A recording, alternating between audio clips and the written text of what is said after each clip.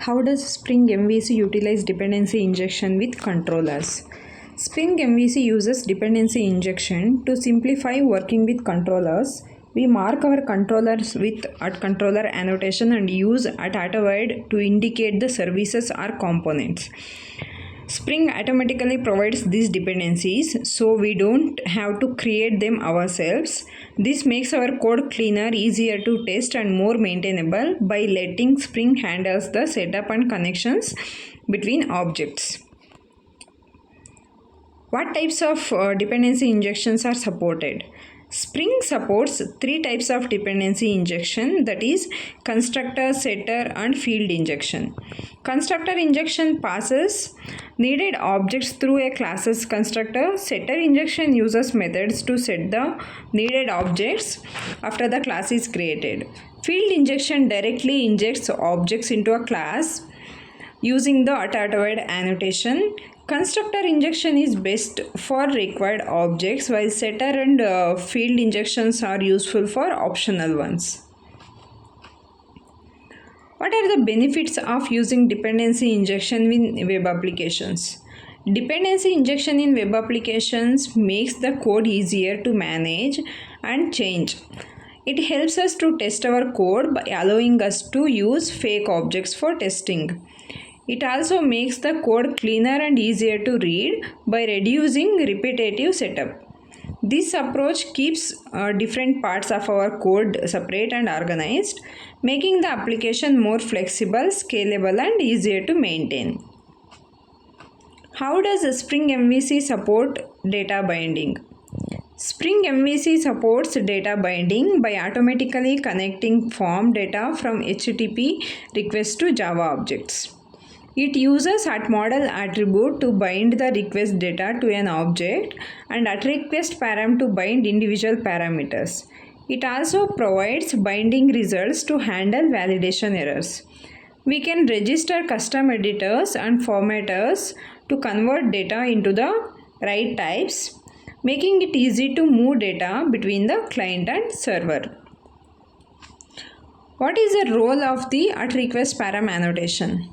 The @request param annotation in Spring MVC is used to get data from the URL or form and pass it our controller method. It helps us easily capture and use query parameters or form data. We can also set default values and specify if a parameter is required or optional. This makes our controller method cleaner and easier to read.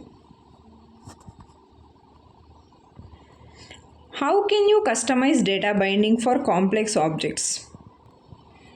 To customize data binding for complex objects in Spring MVC, use @initBinder method in our controller. This method lets us create custom converters to handle the conversion of request data to complex objects fields. This ensures data like dates or custom types are correctly processed. We can also add validation annotations and custom validators to check the data during binding, making sure it meets our rules. What are the challenges associated with data binding and how can they be addressed? Challenges with data binding include handling complex data, managing validation errors, and ensuring security. To address these, use custom converters for complex types and @initBinder for custom binding rules. Use validation annotations and custom validators to handle errors and enforce the rules.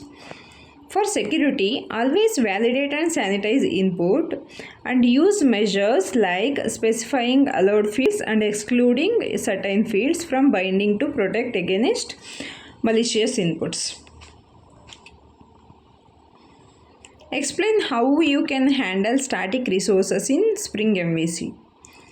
In Spring MVC, we handle static resources like images, CSS, and JavaScript by setting up a resource handler. In a configuration class, use @enable webMVC and overrides @add resource handlers method from webMVC configurer. This lets us map URL patterns to specify the folders like the resources are a static or a public folders. This way, our application can efficiently serve static files from these directories. How can you configure Spring MVC to serve static files like CSS, JavaScript, or images? To serve static files in Spring MVC, implement the Web MVC configurer interface and override the add resource handler method. This method let us map URL patterns to locations in our project where the static files are stored. This way, when a browser requests CSS, JavaScript, or images, Spring MVC knows where to find and serve these files from our project. What are the implications of resources? What are the implications of resource handling for application performance? Handling resources well is a key to making the application run smoothly and quickly. It involves managing things like memory, CPU, and network. It used carefully to avoid slowdowns and crashes. When resources are managed well, applications can handle more work and provide a better experience for users. If not managed well, applications can become slow and may even stop working properly.